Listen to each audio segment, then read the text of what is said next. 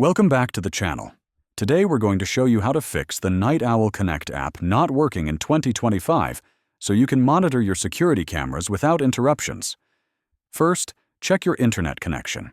Make sure your phone or tablet is connected to Wi-Fi or mobile data. A weak or unstable connection can prevent the app from loading your cameras. Next, restart the app. Close it completely and reopen it. If the problem persists, try restarting your device to refresh the system and clear any temporary glitches. Check for app updates.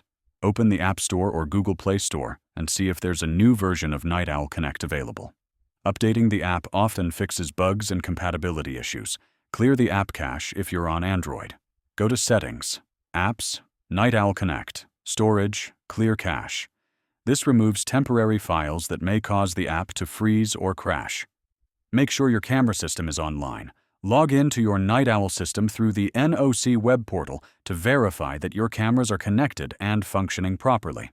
If the app still doesn't work, uninstall and reinstall it.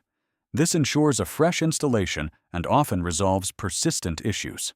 By following these steps, you can get the Night Owl Connect app working again and keep your security system running smoothly. If this video helped you, hit like, subscribe, and share your experience in the comments. Thanks for watching.